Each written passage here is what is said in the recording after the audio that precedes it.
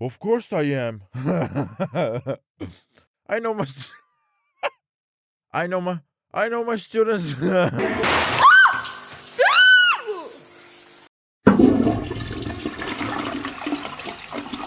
Oh, for God's sake. Welcome to Finance Mavericks, where we help you navigate the sometimes confusing and always exciting world of finance. My name is Alan, and today we're going to be discussing a topic that can be intimidating for many people: creating and teaching a course in technology and programming. Now, I know what you're thinking. Alan, I'm not a computer genius like you. I don't know the first thing about creating and teaching a course. But don't worry, because that's exactly why we're here. We're here to demystify the process of creating and teaching a course in technology and programming and show you that anyone can do it with the right guidance and determination. So, whether you're an experienced programmer looking to share your knowledge with others or just starting out in the field, this guide is for you. We'll be taking you through the steps to create and teach a successful course in technology and programming, and trust me, it's easier than you might think. But before we dive in, let me introduce you to my trusted sidekick, Thomas. Thomas is a computer whiz, and he'll be helping me illustrate each step along the way. Just try not to get too jealous of his coding skills, okay?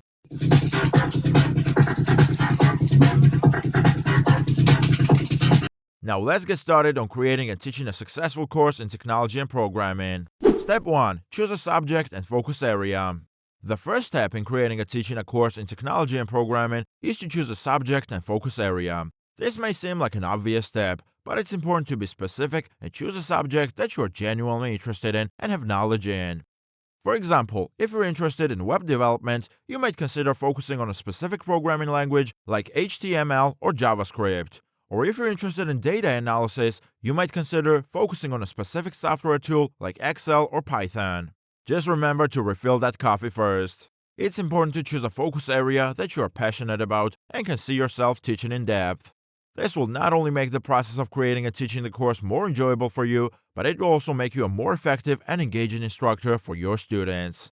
But don't worry, if you're still not sure what subject or focus area to choose, you can always do some research and see what topics are in demand or what gaps in the market exist.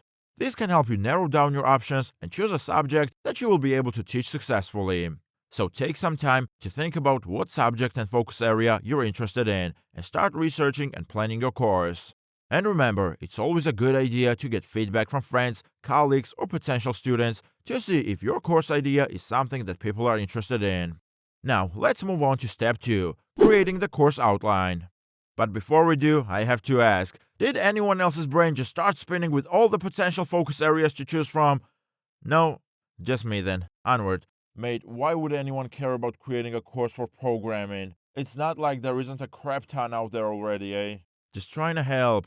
What have you achieved other than using the last of our toilet paper? Go buy some more. Oh wait, you can't. You broke mother. Step 2. Choose a course platform. Now that you've chosen your niche and have a clear idea of what you want to teach, it's time to choose a course platform. There are several options to choose from, such as Udemy, Teachable, and Thinkific, and it's important to research and compare the different options to find the one that best fits your needs and budget. When choosing a course platform, consider factors such as pricing, features, user-friendliness, and support. You will also want to think about the audience you're targeting and whether the platform caters to that audience. For example, if you're targeting a professional audience, you may want to choose a platform that offers more advanced features and is more geared towards business courses. On the other hand, if you're targeting a more casual audience, you may want to choose a platform that is more user-friendly and has a more casual vibe. Thomas does some research and decides to go with the Udemy.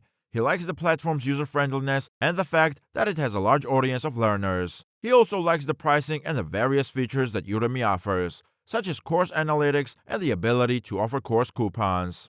Plus, he has heard great things about Udemy's support team, which is always a plus. Looks like Thomas has made a solid choice. But choosing a course platform is just the beginning. Now it's time to start creating the actual course. Step 3. Design your course. Designing your course is an important step in the process of creating and teaching a course in technology and programming. The design of your course will determine its structure, content, and delivery, and it's important to take the time to plan and create a course that meets the needs and interests of your target audience. There are several things to consider when designing your course, such as the format, length, and delivery method. For example, you may choose to offer your course as a series of video lectures, interactive workshops, or a combination of both. You will also need to decide on the length of your course, whether it will be a short course or a longer program. It's also important to consider the content and structure of your course. What topics will you cover? How will you present the material? What resources and materials will you provide to your students? These are all important questions to consider when designing your course.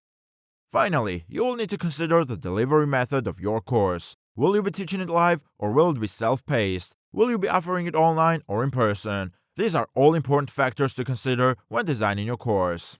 Designing your course can be a time-consuming and challenging process, but it's an important step in the process of creating and teaching a course in technology and programming. By taking the time to plan and design your course, you will be able to create a high-quality, engaging, and effective learning experience for your students. Now I know what you're thinking. Ellen, this is a lot of work. Can't I just copy someone else's course and call it a day? Well, I'm glad you asked. The answer is no. Plagiarism is a big no-no in the world of education, and it's important to create original content for your course. Plus, creating your own course allows you to put your own spin on things and offer a unique learning experience for your students. So put in the effort and create a course that you can be proud of. Step 4. Create your course content. Creating your course content is an important step in the process of creating and teaching an online course. It's important to put thought and effort into your content, as this will be the material that your students will be learning from and engaging with. There are several things to consider when creating your course content, such as what format you will use, video, audio, text, etc., how you will structure your lessons, and what resources you will provide. It's important to keep your target audience in mind and create content that is relevant, engaging, and valuable to them. One way to create your course content is to break it down into modules or lessons, with each lesson covering a specific topic or skill. You can use a variety of formats, such as video lectures, quizzes, assignments, and resources, to engage your students and help them learn.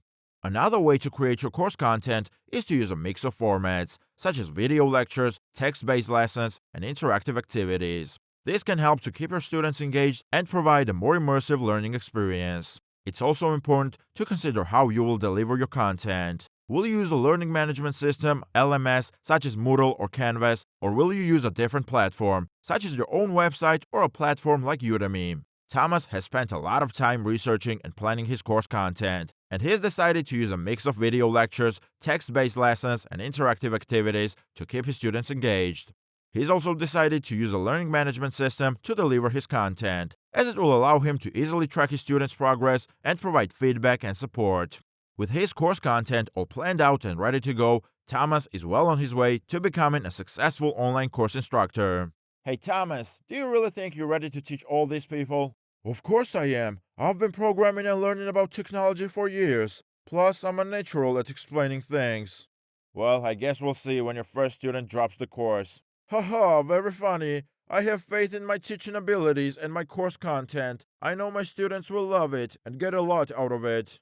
Got nothing to say now, huh? Let's continue. Step 5. Promote your course. So Ellen, Smarty Pants, how do you promote your course?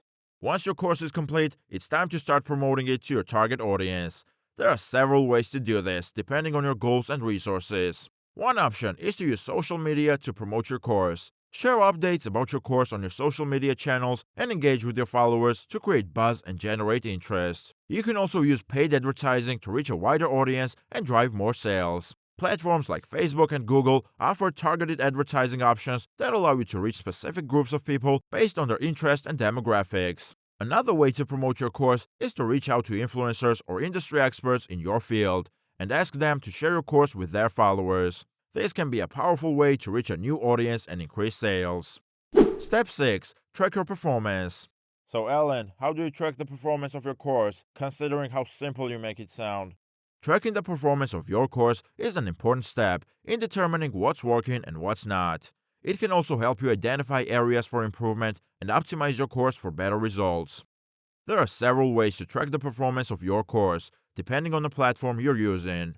Most e-learning platforms offer analytics and reporting tools that allow you to see how many students have enrolled, how many have completed the course, and what their average scores are. You can also use tools like Google Analytics to track traffic to a course page and see how many people are clicking through to enroll. This can help you understand what's driving sales and what's not. Step 7. Optimize and scale your efforts. Optimizing and scaling your efforts is an important step in growing your business and increasing sales. Once you've tracked your performance and identified areas for improvement, it's time to take action. One way to optimize your efforts is to revise and update your course content to make it more engaging and valuable for students. This could involve adding new modules, updating outdated information, or adding interactive elements like quizzes or case studies. Another way to optimize your efforts is to test different promotional strategies and see what works best for your course. This could involve experimenting with different types of ads, email campaigns, or social media posts to see what resonates with your audience. Finally, scaling your efforts is all about leveraging the success of your current course to create new courses or expand your business. This could involve creating a series of courses on a particular topic, starting a coaching or consulting business, or partnering with other experts to create joint ventures. So these are the steps to creating and teaching a successful course in technology and programming. With a bit of planning and dedication, you too can turn your expertise into a profitable online business. Remember, the key is to stay up to date with industry trends, engage with your students, and continuously optimize and scale your efforts to ensure success. If you enjoyed this video and want to learn more, do not hesitate to hit the subscribe button and check some of our other videos. Here's to get you started. Thank you for watching. Ellen out.